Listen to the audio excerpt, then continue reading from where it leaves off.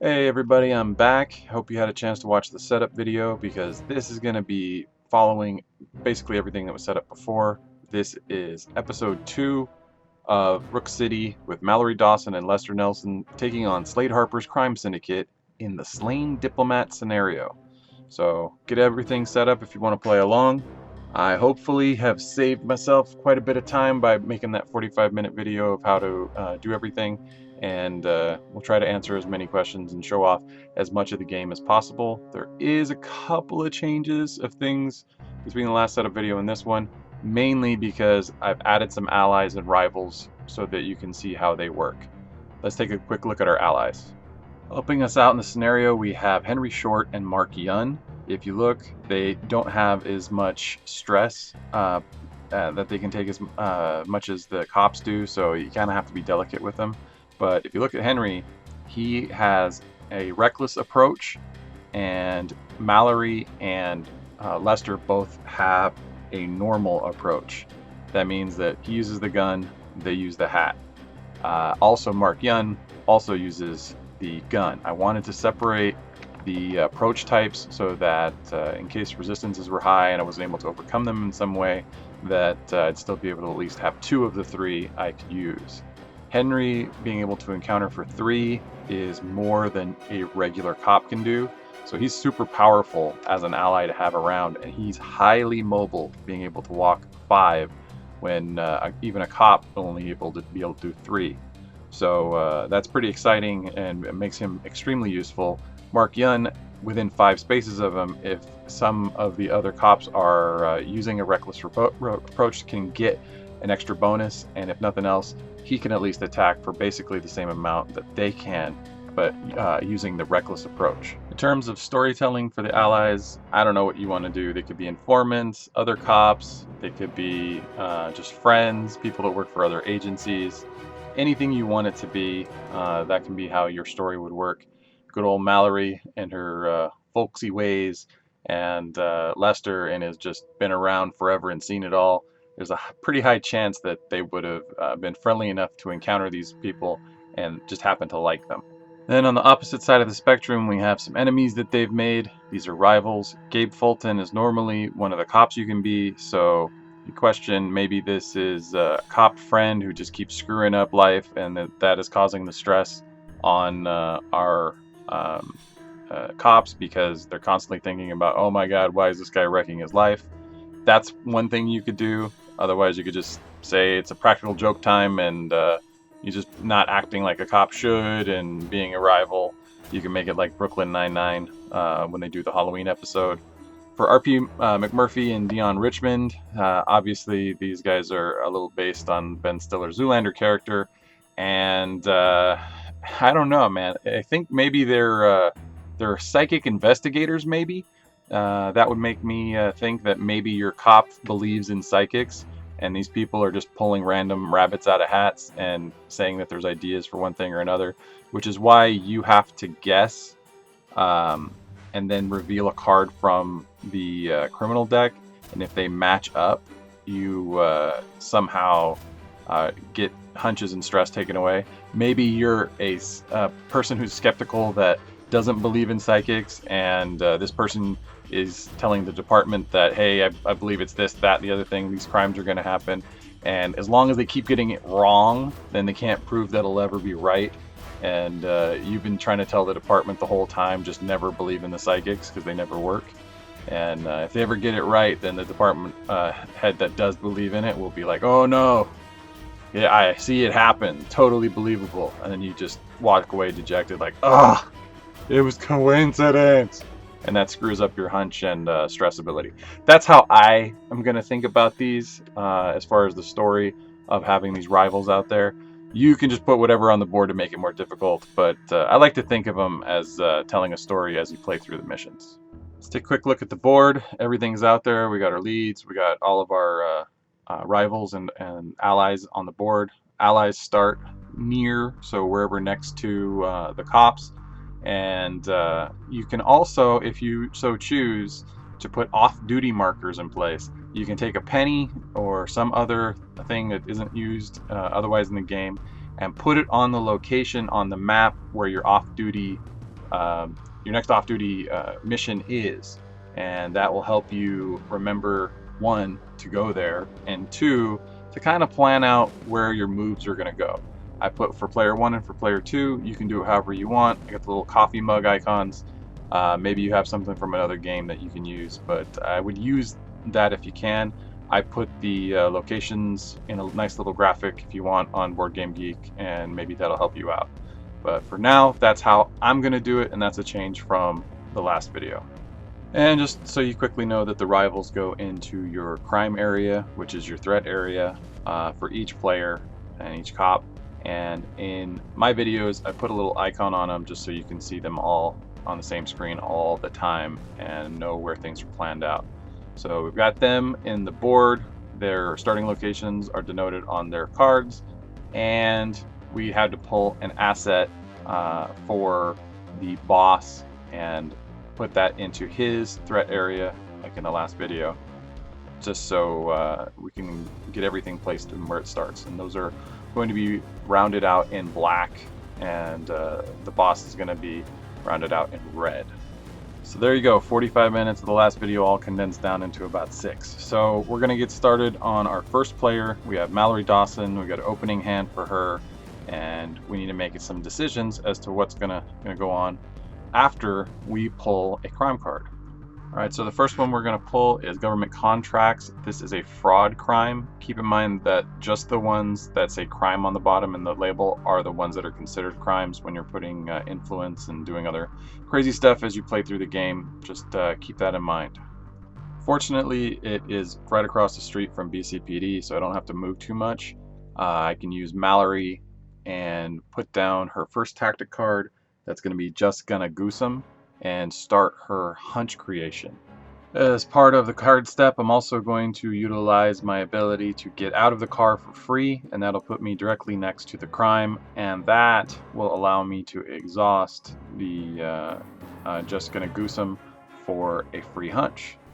And as a quick reminder, the reason why it's so important that we have the hunches is because the Slade Diplomat case, every time that we encounter some target, we can move one of our hunches onto a clue in play, and several of the clues require hunches in order to defeat them. So I'm going to go ahead and spend my basic action to run an encounter against the crime that we had just pulled, and I will be rolling 2 dice. So we got 1 hit and another. The crime didn't have any resistances, so both of the progress goes through, and it's not enough to take it out, but it's halfway there. We luckily still have Mark Yun, which is our ally, and that will hopefully allow us to do the rest of the damage that we need to do. So let's go ahead and exhaust him, move him into position, and his attack is for 2 with a reckless approach, which this crime happens to have a resistance of 1. Alright, so those 2 hits mean that 1 success actually makes it through the resistance, and will bring progress to 1 away from defeating this crime. I'm just going to have to rely on our partner and keep moving on. We have more stuff we need to do.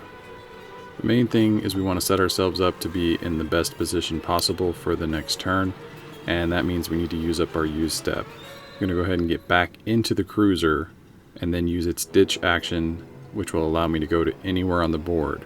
I'm going to go to my off-duty area and put some progress on it, and then use my remaining movement to commandeer a new vehicle.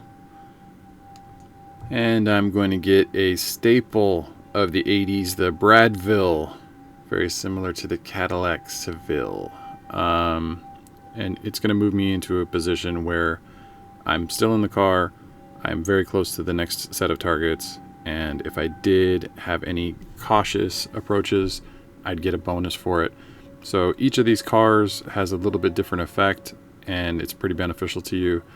For nothing else, it's going to get me back to BCPD on the next turn, and I'll be able to do the same trick and jump to another spot and pull another car. Since there's nothing else I can do, I need to activate the cards that are in my threat area, and that's the rival and the crime. So we go left to right, let's start with the rival. Taking a closer look at her rival, Gabe Fulton. And when we first encounter him, that means we actually have to come into contact with him. Then we would have to suffer some stress. But right now we're going to activate, and it says either discard 1 hunch or suffer 1 stress. When we did the attack with our basic action, we received 1 hunch. So we're going to go ahead and discard that hunch now and move on to the... And unfortunately, this government contracts, it says place an influence on the card or discard a hunch. We don't have any more hunches, but you can see how important the hunches are going to be for both this case and with this criminal, because we're just getting them eaten away left and right.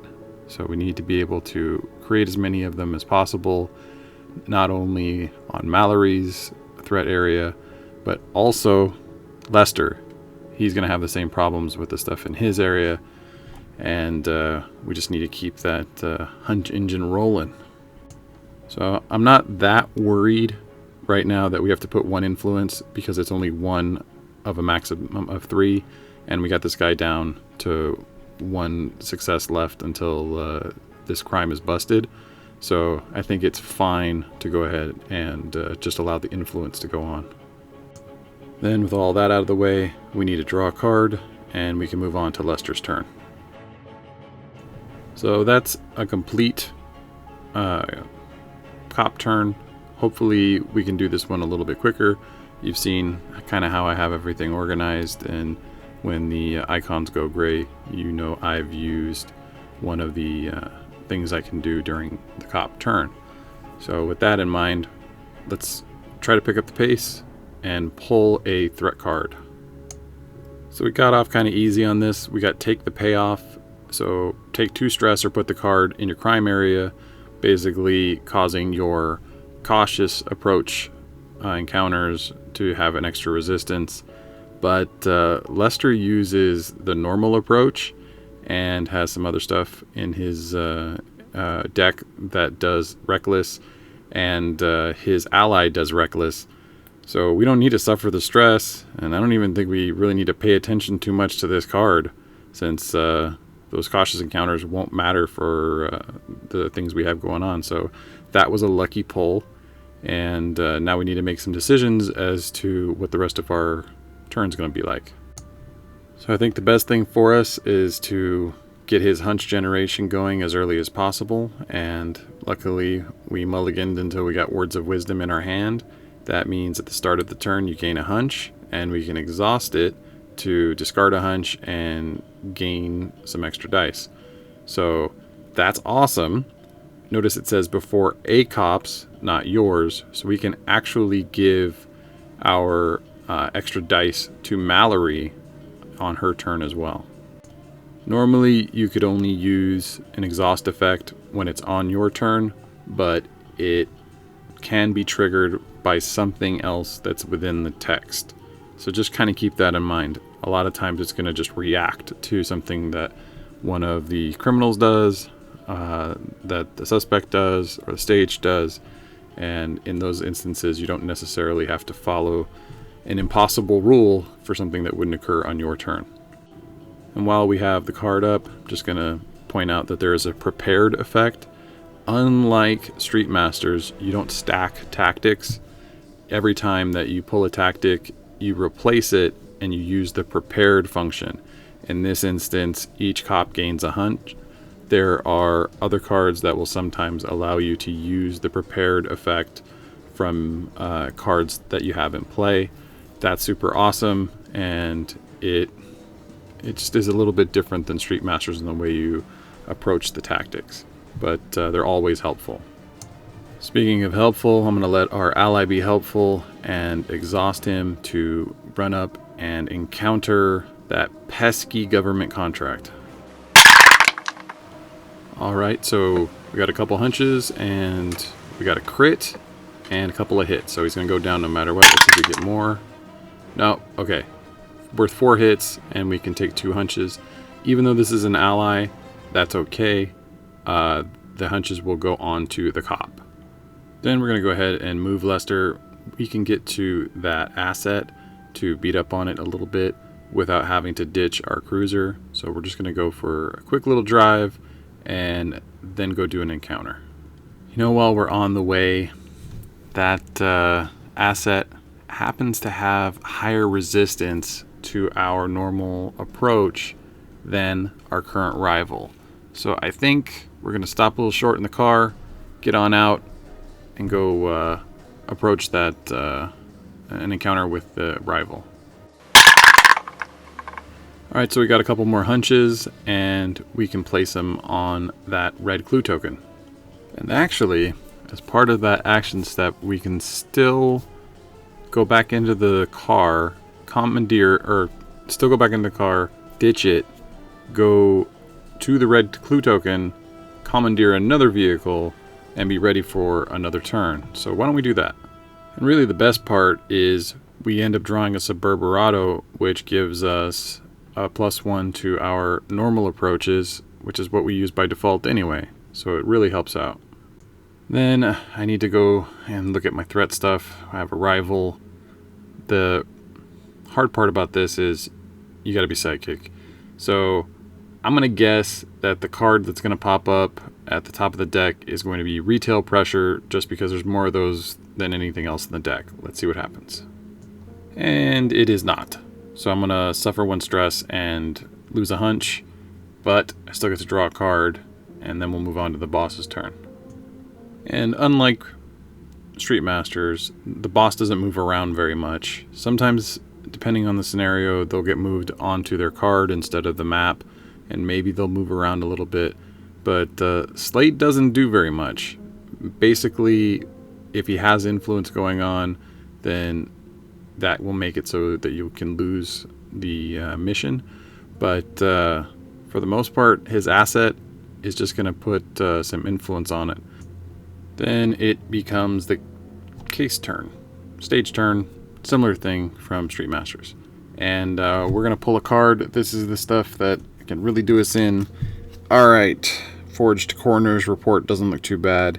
We have to put it into a cop, and since the morgue is pretty close to BCPD, I think perhaps we should go ahead and give it to Mallory. She might be the one that is going to get there the closest. And that's all we've got going on at this point here, so we'll switch over to Mallory.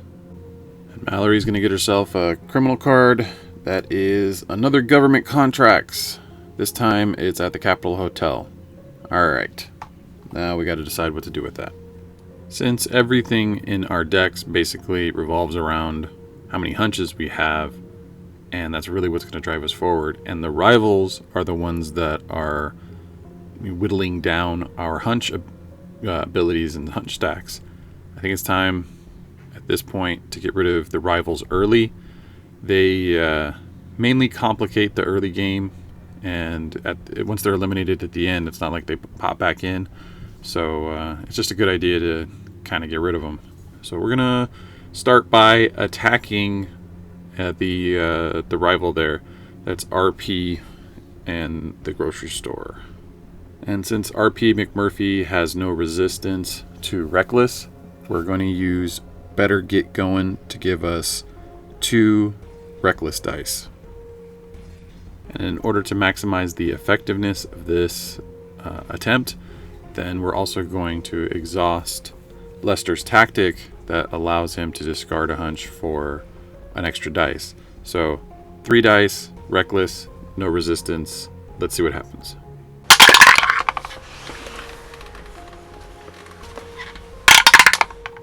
Alright, we did pretty good. We got 3 successes. So we'll put that progress on him. And you know, it's only 2 to go. Let's give it another shot. Let's see if we can take him out. And we landed a crit, which is good. We got a punch. And another success. Good times.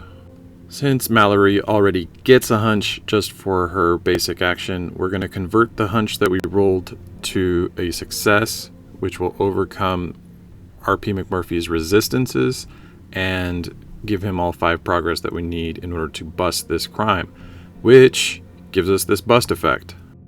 Kind of got a little bit ahead of myself, but I did encounter twice, and I generated hunches on each one, I will put those on one of the clue cards, and they'll go on the yellow one since that'll get us halfway to busting it.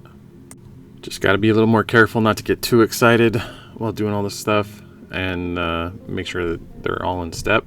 Speaking of steps, we haven't moved yet, and I would really like a BCPD cruiser, so I'm going to move, then exhaust the Bradville to allow me to move one final time, and that'll bring me within range of BCPD, and I'll get out of the car directly in BCPD, so I can now commandeer a cruiser. Now we haven't done anything with our ally yet, so I'm going to exhaust him and move him closer to Slade. Slade only takes 6 progress to bust, and Markian can do that every once in a while, like pretty quickly get up to 6 progress, because Slade doesn't have any reckless resistance. So if I leave him over there every 2 rounds-ish, Mark will either be generating hunches for me or bringing Slade down over and over and over again, which will allow us to continue to get more hunches, draw cards, and have other good effects. So that's something we really want to do. If you're wondering why I'm not doing an encounter on the purple token, which is within range, part of the effect of the purple token is I have to discard a hunch from it, which means I would have had to have placed a hunch on it, and that makes it invalid as a target right now. So Mark is just going to sit there. And then the criminals have their shot. They activate. Gabe is going to make me gain a stress, and the government contract is going to gain an influence. Then all that's left for Mallory is to go ahead and draw a card and move on to Lester. And Lester's crime is going to pull retail pressure. Fortunately, that puts him at Hawk's Pub, which is at the same place as the only rival we have left, and we'll take care of that in just a second. First thing, we want to activate the interact function of the red clue, which is why we're here in the first place. And that is going to allow us to search the deck and pull out a witness account and get us one step closer to busting this clue. Then I'm going to drive over to these government contracts, and since I'm still in the car, it's going to add to my normal approach, and I'm going to use Veteran Sleuth, which is an encounter using a veteran approach, which will allow me to roll for 2, and then I'm going to exhaust a crime. The crime I would exhaust is going to be the one in my threat area, so that it doesn't activate. And we got a crit. Alright, that's 4 successes. There was no bust effect, but it's busted, and we'll go ahead and exhaust that crime we wanted. Then, I guess it's time to take a look at our ally. We'll exhaust him and go do some encountering. Alright, so we're going to move close to Slade. He's who we're going to encounter. Now, we have this card, Take the Payoff, in our area here, and the language on it says, after you, not cop, not anything else, just says you. Well, the allies are you, the player. It's on your turn. So I'm going to interpret it as Henry Short encountering the suspect still counts to remove this card from our area. We're going to go ahead and roll for 3 because that's what Henry uses. There's going to be no resistances because it is a reckless action. Alright, so 2 hunches and a success. Because, for the same reason of the wording, the encounter by Henry Short, the ally, will not allow us to put one of those hunches onto a clue token because it specifically says cop.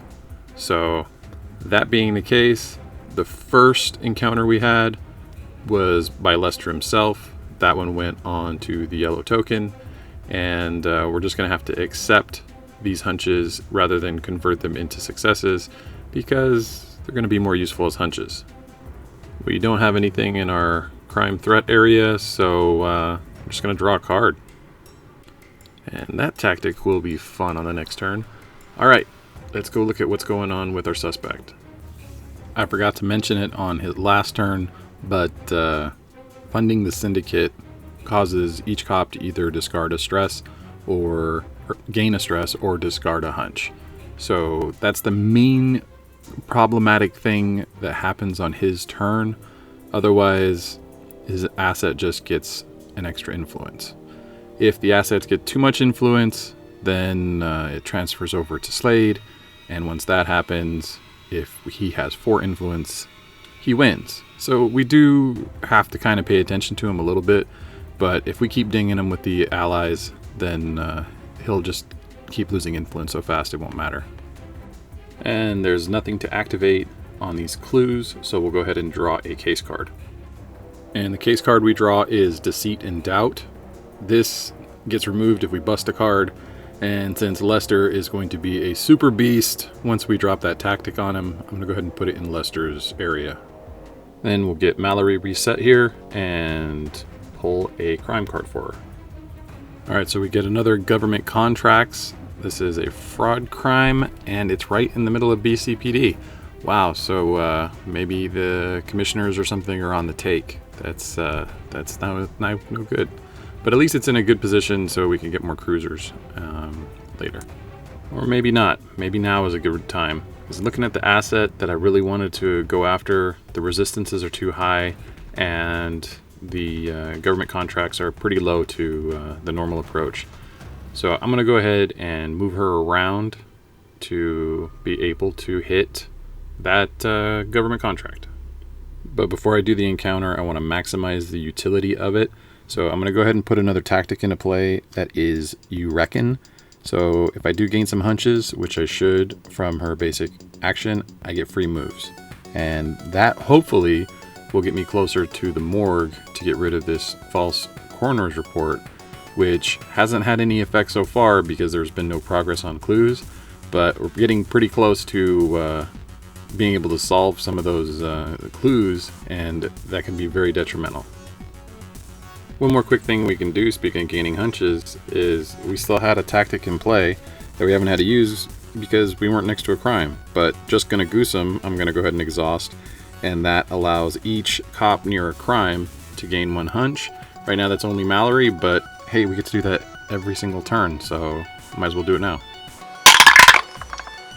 Alright, so we got 2 progress for the successes, and we get 1 hunch from the roll, but since that roll is part of an and effect with her basic action, it's only going to result in 1 movement, because it's all part of the same thing. It says each time you gain a hunch, it's not for each hunch you gained, and this would count as 1 time.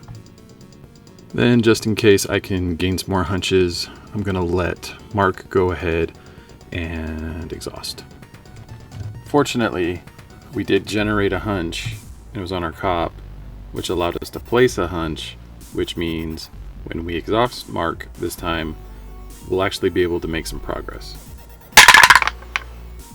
Alright, so we're going to gain the hunch so we can move. Even though we did have 2 successes, it doesn't matter because the resistance is too high. But it allows us to move a little bit closer, and now we can exhaust that tactic, move to extra, then get out of the car in the morgue, and finally get rid of these false morgue reports. So I'll just get back in the car. That's everything I can do. I will need to start activating the stuff in the crime area, and that's going to ding me a little bit. I'll go ahead and discard a hunch for each of these in order to pay their cost for the activate, and draw a card.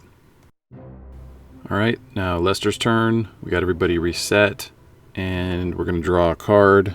We get another investor. Alright, just to kind of throw everything together so I don't have to animate too much, I'm going to go ahead and get out of the car with the action, spend it on the red clue. That gets rid of the red clue. Spend my card on Seen 'em All, which is a tactic, and get back in the car with the move step, move over to the other side of the street. There's not a lot left I can do, but at least it puts me in a position to where I can take out that retail pressure on the next turn. What I can do is exhaust Henry short and let him take a whack at that suspect. Alright, so that's 2 successes and a hunch. Now all the stuff in that crime threat area, I need to put an influence on retail pressure because I think I can get rid of it before it goes to the boss. And the only thing left is to draw a card, so we'll move on to the boss's turn. So this turn, things get a little more interesting for Slade. Because of the way that the card is worded in his setup, it says to put investor in play, then flip this card, which to me means that the investor goes first in the order and the syndicate card goes second in order. Everything activates left to right, which means Slade is going to get 3 influence on Jack over there, which is going to meet the threshold when it triggers on funding the syndicate, which will put an influence on Slade, drop Jack to 0, and then the next card for the investor is going to pull the fraud influence token we just placed and put it onto the investor. So the order of things matters. If it was the other way around, then we might be able to have another round before Slade gets some influence. But I don't think that's supposed to be how it works. Then we have to let the case take a turn, and we'll draw. It is another forged coroner's report. Just throw it on Mallory. The second her turn starts, it'll go away since she's right there. And why waste any time? Let's go ahead and reset everybody, and we'll draw a card. The crime is corporate holdings. Okay, let's see what we got. So I'm going to play You Better Get Going because it is a reckless approach, and being next to Mark Yun means I get an extra dice for reckless encounters. So that helps quite a bit, and we'll roll for 3. Just in case, I'm also going to discard a hunch so that I can lower the resistance to reckless. Alright, so we're going to convert 1 hunch to a success, and we're going to keep 1 hunch so that we can put it on the yellow clue token. And that's going to give me just enough movement to be able to go and encounter the suspect so that we can deactivate the yellow clue token. Alright, that one bounced off the dice tower. Okay, 4 hits and a hunch. So we're going to take that hunch and we're going to put it on the blue clue because the yellow one just got busted, and we're going to get a hunch for her basic action anyway. Finally, I think what I'm going to do is I'm going to switch the locations for the allies and have them switch targets just so that they can do a little more damage. With Henry being able to roll 3 dice, he might be able to actually break through Purple's resistances, and Slade himself has less of a resistance to Reckless, so Mark will be able to actually do something. Alright, so 2 hits and a hunch. I'm going to convert that hunch to a success, and that is going to do in Slade. So what happens when you bust a suspect? Let's take a look at their card. So we do have investors in play, so it doesn't just lose an influence. He's not going to lose any influence. He keeps the one that he had. However, each cop now gains 2 hunches and draws 1 card. So converting the 1 hunch into 2 hunches just makes sense. This particular suspect doesn't move from the spot, just stays where he is. So we got a few other things to look at. We haven't exhausted any cards, so let's look at what we can do about that. Since we did gain some hunches, we're going to be able to move, so let's start that. Then we'll exhaust our cruiser in order to be able to move 1 for each in our crime area. For us, that's 3. Then I'll exhaust You Reckon to be able to move 2 more. Then, just to exhaust everything I possibly can, I'm going to exhaust Just Gonna Goose 'em, and that'll give a hunch to Lester. Then comes the crime phase. We've got a lot of influence to put on people, and Gabe is going to give us 1 stress. I like where I'm at, so we'll draw a card and move on to Lester. Get everything reset, and the first thing to do is pull one of those crime cards. And we get another investor. All right, with all of these assets out, we're in a dangerous position. We need to make some decisions on how quickly we can get rid of them. Lucky for us, the last asset happens to be within the same cluster of spaces as the other things that Lester is going to be looking at right now. Unfortunately, it's going to require a movement of 5, possibly 6, to get the Suburbanado over there. And since we're getting extra dice from it, we can't just ditch it and get something else. We kind of need to be able to drive it all the way around and use it to attack from the car. That's going to factor into our decisions as we try to plan out the next move or two. If I can get rid of one of the crimes that's on the board, at least that's one fewer influence that'll land on an investor and slow down the progress of getting those on Slade. So I think that's the strategy I'll take for at least this turn, and then try to get him over to the other side by the next turn to take out Gabe and the investor. First thing to do is to use my basic action and attack the retail pressure best I can. Do it from the car so I get 3 dice.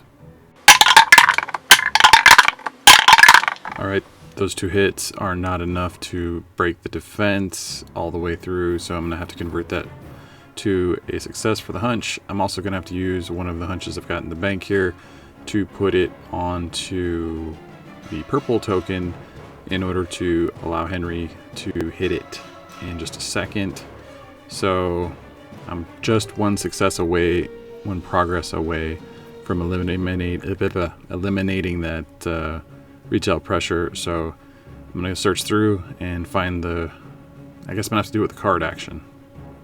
Looking at my hand right now, the best move I've got is to use foregone conclusions while still in the car, and then just hope for the best.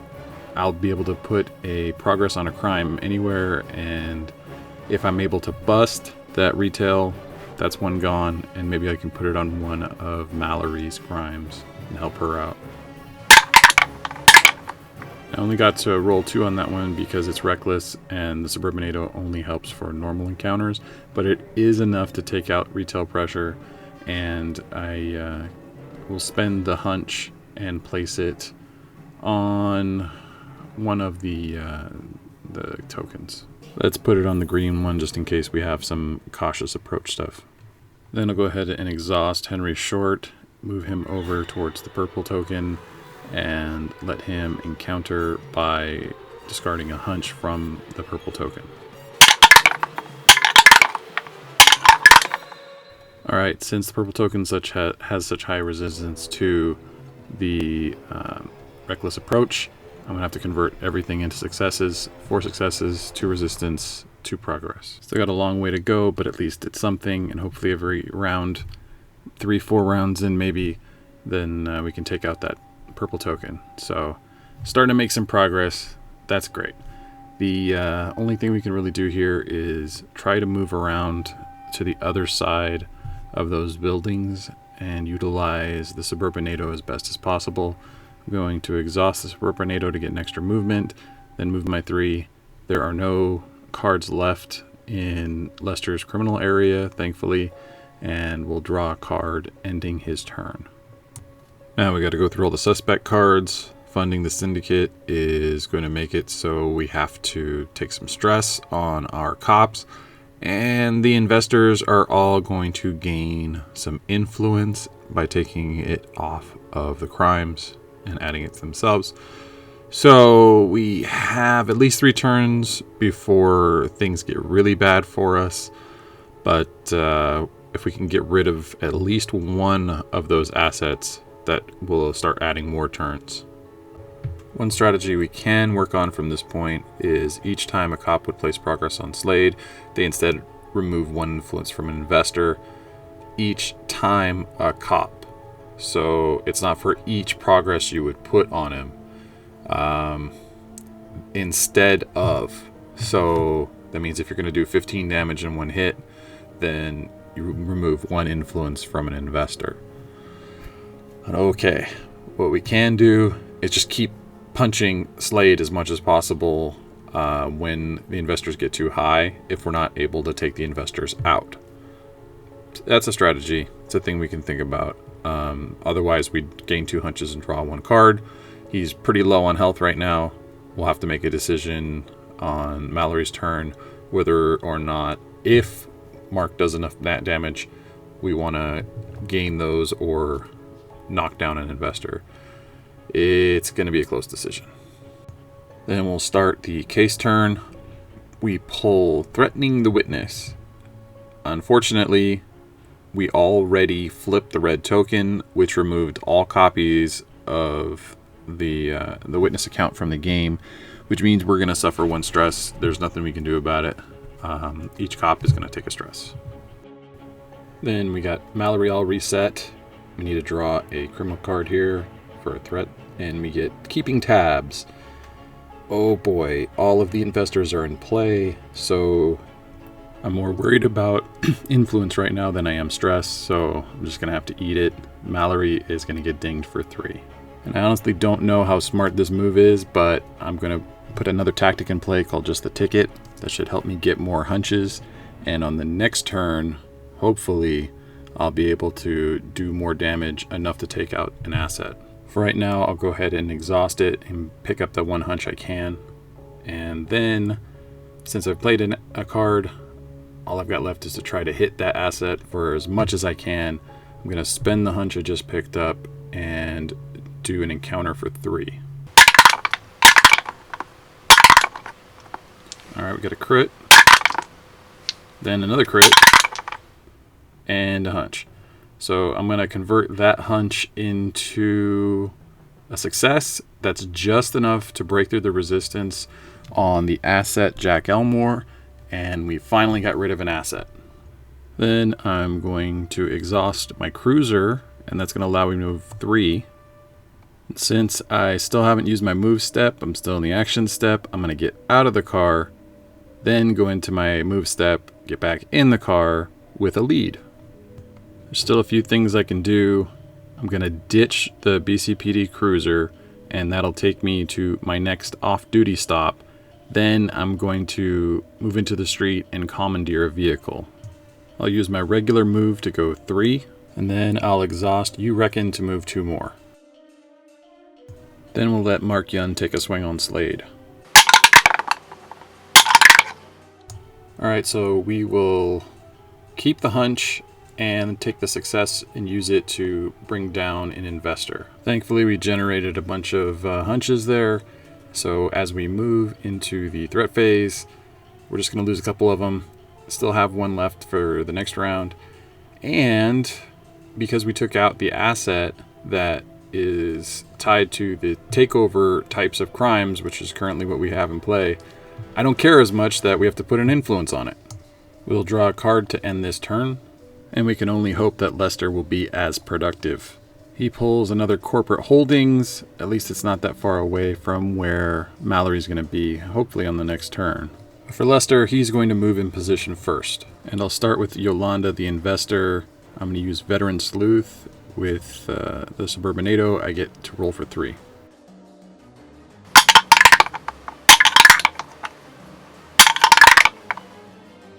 Gonna need to convert all of the hunches, but it's 5 successes. That's enough to put 5 progress with 1 resistance, and she's done for. And then while I'm converting hunches, just because I can, I will go ahead and add 1 to the green clue token in order to bring down its resistance. The last part of finishing Veteran Sleuth up is I will choose to exhaust a crime instead of discard a stress, and the crime will be the one in my dread area. Then that's been enough of Gabe's shenanigans. It's time to encounter him. And this will be a normal encounter because of the Suburbanado for 3. Okay, got crits, 2 crits, 2 crits. Alright. Wow, okay. So we got 5 and a hunch. So that's enough to get rid of Gabe. Alrighty, and total will lose 2 stress, which brings us down to 0, which is kind of cool, thanks to the bust effect, and we'll accept the hunch. And that was super successful, getting rid of all that stuff. I need to do something with Henry. I think just looking at the resistances, I can make it to the J12 location with Henry, do an encounter, take that crime out, and then I'll be able to move Mallory closer to the purple token, which has no resistance to a normal approach. And there goes the crit. All right. So we have 3 successes, and that's how many we needed to bust this guy. So we'll keep 2 of the hunches.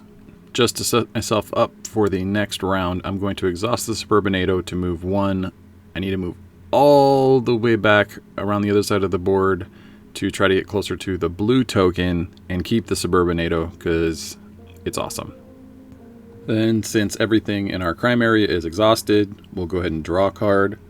I will point out that the card we draw is Give It to Him, and this means that on the next cop turn, we should probably have Lester go first, play this card, and it will allow us to make some decisions as to how many extra card actions we want to use. Maybe we want to give Mallory some more. We don't know just yet.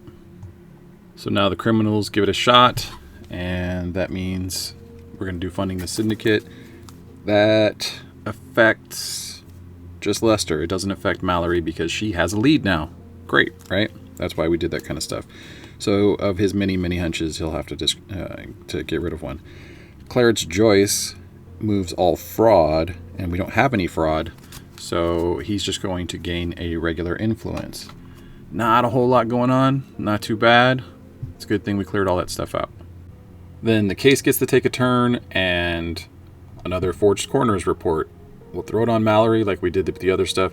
I'm not even going to bother animating it, so just know that it's there, because the next step she's going to make is just to go over to the morgue. It's going to disappear once we get to the morgue. It's not worth the effort. So now we saw that nothing too awful happened. We're looking where Lester is at right now. He has to move quite a distance, and Mallory has some abilities on her tactics to help him move. Even though we looked at that one card and said, hey, maybe we'll make Lester go first, I think it's going to be in our best interest to let Mallory go first. We'll go ahead and get her all reset and then pull a crime. It is another corporate holdings. It's a takeover, so we don't really have to worry too much about it gaining influence, but it's going to be all the way on the other side of the board from where we're at. But it's where Lester's gonna be going, so maybe it's not that bad a deal. Okay. While I'm here, I'm gonna do a quick switcheroo and get myself a BCPD cruiser, which can then exhaust and get me over to the morgue. Then I'll exhaust just the ticket to get a hunch, which I'll spend immediately on using your noggin so that I can do this encounter for 3 dice.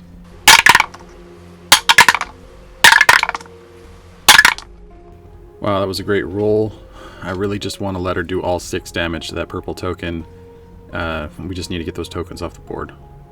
So let's quit our John and hit him for 1 more. We got one that decided to jump out of the dice tower. Alright, we got 2 hits. That's more than enough to clear this purple token. Then I got to think about how I'm going to be economical with my movement. I could exhaust my tactics and use the movement for Mallory herself, but Lester has a further way to go, so I think I'm going to exhaust and move him too. And she's going to be most effective hitting that green clue token, so I'll move her closer to there. But if I do it by ditching the BCPD cruiser, it'll save me some movement next time, so let's do it by doing that. And what this also will do is it'll clear off Lost Wallet, which is her off-duty card. So that's completely done. Let's look at the effect. As we ditch it, if all tasks are complete, each cop may discard 1 stress, draw a lead, gain 2 hunches. Which means we need to get rid of our last lead because we can only carry 1. And if I just remembered, I forgot completely. I made a little section for keeping track of the leads on the board. So if you see that pop up, that's why. I just remembered. I made it easy for myself. Then finally, we will exhaust Mark Yun, let him hit the suspect.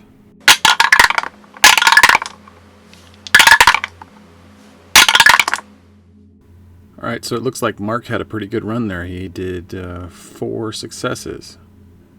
And I guess the only thing I haven't done is move, since I used exhausting and ditching and things to move around the board so far. So I'm just going to move a couple spaces over, move a couple spaces back, and hit the grocery store because that's part of my next off-duty card. The crimes will get their turn next, and I got to put influence on them. Finally, Mallory will draw a card, and it'll be Lester's turn.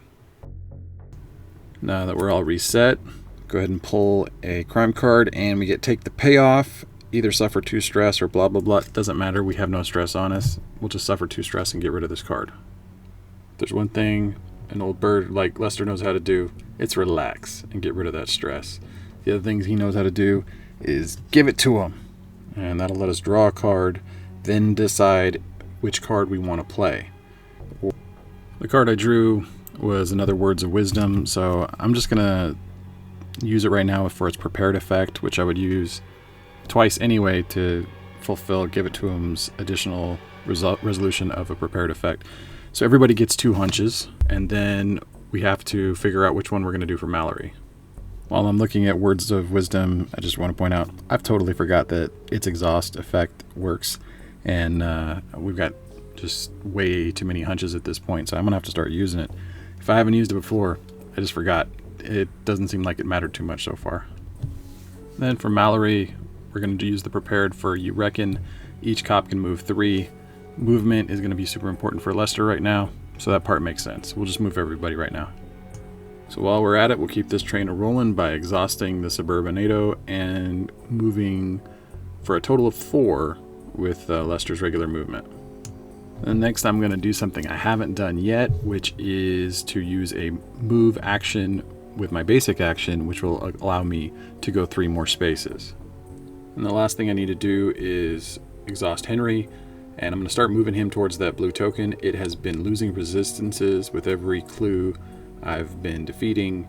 By the time he gets there, hopefully the green one will be gone, and we can just rain havoc on that blue token. The crimes get to activate, so I will add 1 influence to a corporate holdings, then draw a card. This is a pretty easy round right here because we've got leads, so no one's going to take any stress, and there are no fraud in play, fraud crimes in play for the asset to gain any influence from. So he's just going to gain his regular 1 influence, and we'll move on to the case step. And for the case, we pull Syndicate Cover-Ups, and we have to discard a hunch or suffer stress. Alright, so we're discarding from a clue. It's a good thing that we added a couple to the green, and we'll just discard from there and not suffer any more stress. If we can during this round, we should try to put a couple more back on just in case there's another one of those cards in the deck. But now that we're all reset, let's get started with Mallory and pull a card. We pulled another crime, but I'm not going to worry too much about it unless it's a fraud. So I'm just going to put it where it's at right now, and hopefully we'll beat the game before it becomes a problem. Then I'm going to exhaust all of my tactics so I can move Lester 2 and gain 2 hunches. And before I do anything else, I want to discard the lead that I have in order to put 2 progress on the suspect, which is enough to bust him, which will allow me to get another card and 2 more hunches. And I ended up drawing another You Okay Yeah, and what I'm going to do is I'm going to chain it to both, which will let me discard 2 stress, gain 2 more hunches, and I get to move for free because I forgot all about the tactic that I had out there, You Reckon, which lets me move when I gain hunches, and I've gained so many, so wow, that's exciting. Then what I'm going to do is Don't You Know, and that will allow me to discard a hunch and draw a lead after I encounter. This encounter is going to spend a hunch from both Lester and from Mallory, and it'll be for 4.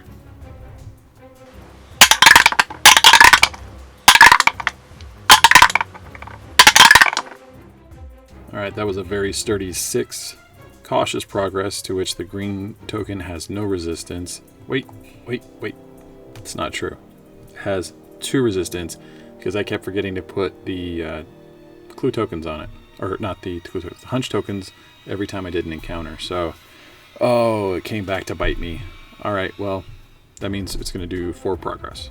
Now that all of that single card action all the way back chained together, there was 1 card action, is done, I'm going to commandeer a vehicle. I get a Thrasher motorcycle, which allows me to move diagonally on the streets, so it's like one movement through an intersection instead of two. And I can ditch it to jump over water if I need to. So, hey, those are fun things to do. I'll probably end up using it as a means to get to a BCPD cruiser, though. But while I'm still here, I'm going to discard another hunch so that I can attack for 3 against the green. It has 1 resistance to me. Let's see how well we do. And with that 4, we'll be able to do 3 progress. Yes, I am kicking myself for not having put some hunches on there. So we'll throw a hunch onto the blue one just in case. We can't really do anything else because we can't move from our current position. Otherwise, we won't be able to take out the green in the next, turn.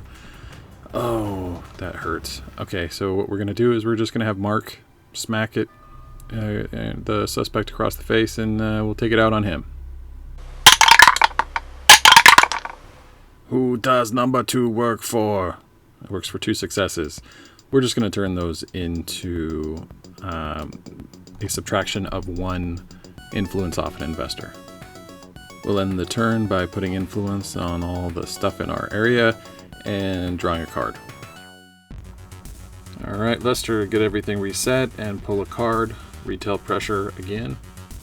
Then let's take our trip in the Suburban NATO to get as close as we can to the blue token. Alright, I'm feeling a little resentful because last round these crimes started to get 3 influence and that ended up putting influence on Slade. I don't like that. So what I'm going to do is chain together, give it to him, which will allow me to play a card and draw a card. The card I'm going to play is Foregone Conclusions, and that is going to allow me to encounter for 2. We'll get to that in a second. But I will also get to put a progress on a crime, and after that, going back to give it to him, the prepared effect, I'm going to use Just Gonna Goose Him for Mallory, which allows each cop to place 1 progress on a crime, and that means I'm going to get rid of the one that has the highest influence. Now I'm going to roll for 2 against the crime in front of me. I'm going to change things around. Just hold on. I've forgotten that I should have been rolling 4 every time I had a normal encounter because I had seen it all out. This is what happens when you play a game for a week or over a week, super late at night, and you're trying to animate everything. Something's going to get forgotten. I could have done some more damage. I've been doing pretty good. Lester's been clearing some stuff off. I'm not that worried. I am going to exhaust Seen It All and go from there. Can't even say that right. I'm going to exhaust Words of Wisdom and go from there.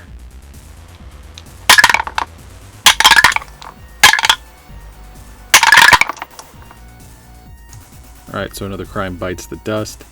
That means we're going to go ahead and jump out of the car and hit the blue token for all we're worth.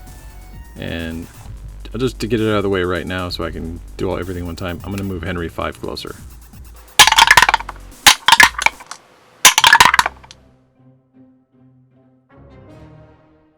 And the blue card is still going to have 1 resistance. It'll take 2 progress. And we got a couple more to go. Maybe we'll actually finish it on the next round. We'll see.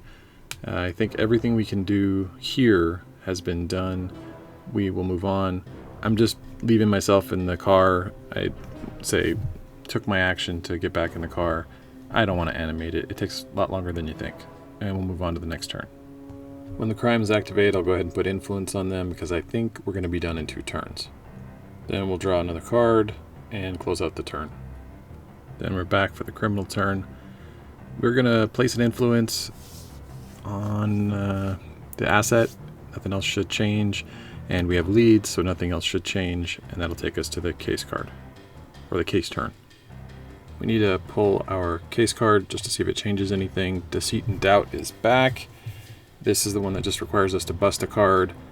I am not going to even bother animating it because I think we're just going to need 2 more rounds and that's it. Then once we get Mallory reset, we pull the worst possible card at this time. It's not going to matter one bit, but with this card at this point, with all of the deleted or discarded assets in play, we're going to have to go find another one out of the discard pile and put it back into play. If this was 5 turns ago, this would be horrific.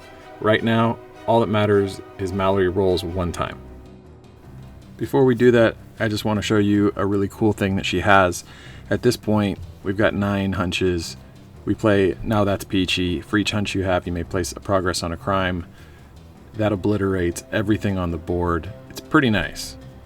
Just to speed things up, let's look what the lowest possible roll would be for Mallory. Alright, we basically guaranteed that Mallory would take out the green token. Let's just see what would happen with Lester. He would have pulled the other keeping tabs. Again, that would just put an asset into play, wouldn't really affect us. Let's see what he would roll.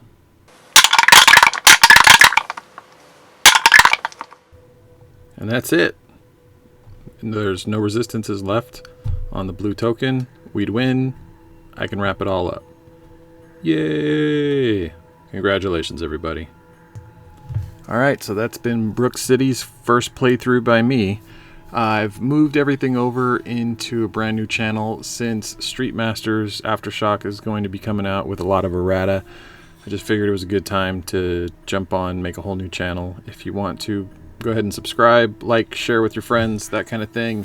If you have any comments, questions, or concerns, go ahead and throw them in. If you think there's something I should have, could have, would have done in the playthrough, go ahead and throw that in too.